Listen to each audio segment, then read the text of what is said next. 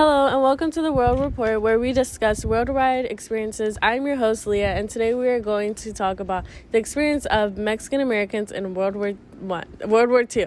We will be discussing just how the Bracero program and zoot suits affected Mexican Americans during World War II. To help me explore this topic, I have Giselle and Jasmin. Say hi, Giselle. Say hi, Jasmin. Hi, Liyah. Thank you so much for having me.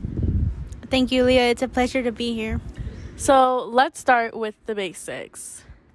So it is said that hundreds of thousands of Hispanic natives during this time of Bracero program came into the United States to pursue the countless opportunities that came from helping the U.S. during World War II.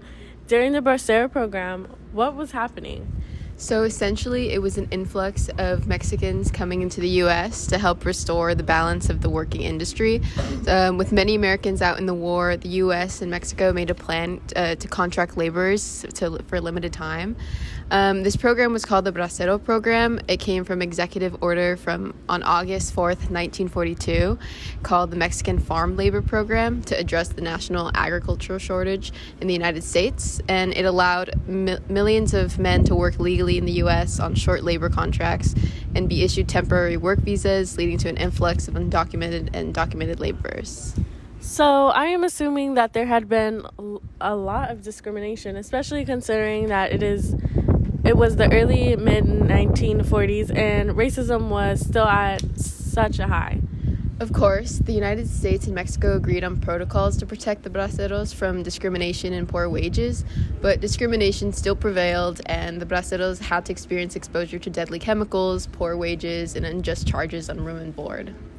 Wow, so Native Hispanics had such a huge part of World War II. Even if it wasn't fighting from the front lands, they still played a major role, especially in agriculture, to a country that only permitted them temporary placement. It is said that something called the Zoot Suits riot came about during this period of this time, involving the tension created from the Bracero program. Jasmin, could you maybe tell us a little about this? Due to the Bracero program, many Mexicans were in the United States, and it created tension and conflict for many Americans. A resident in Los Angeles became alarmed of the activities of Mexican American teenagers. Many joined street gangs. They wore long, loose jackets with padded shoulders and baggy pants tied to the ankle, and it had ducktails hairstyles, which is how they got the name of Zoot Suits. Servicemen and some civilians felt that the young Mexican Americans called Zoot Suits outfits required much fabric, and it became a public display of disrespect for wartime rotation. Since the amount of clothing was limited due to World War II, majors found that their clothing was wasteful. On the evening of June 1943, about 50 soldiers from the local United States Naval Reserve Army marched through downtown Los Angeles carrying clubs and other weapons and attacking anyone seen wearing zoot suits and other racial identification clothing. In Los Angeles, a number of riots exploded. Mobs of U.S. servicemen took the streets and began attacking Latinos and stripping off their suits, leaving them bloody, and sometimes cutting their ducktails.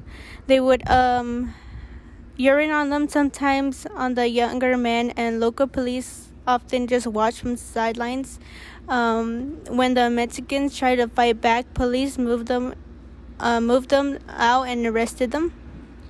Wow, so due to the rising tension created by the large number of Mexican workers coming into America through what was supposed to be a protected program, which is the Bracero program, many Americans concluded that these young Mexican Americans were the cause of their problems,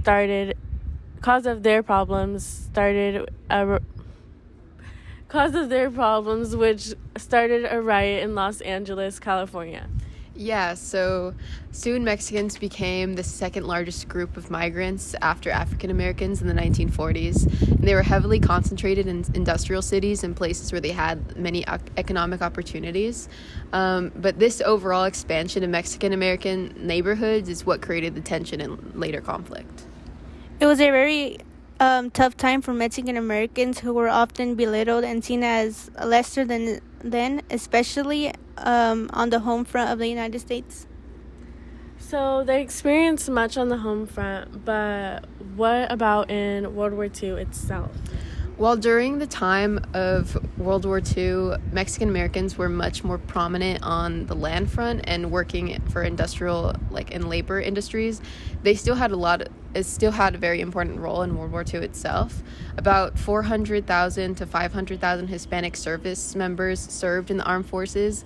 One of the most famous fighting combat teams with the National Guard was the 158th Infantry Regiment, called the Bushmasters. It's all really cool stuff. Wow. So, that's all the time we have for today.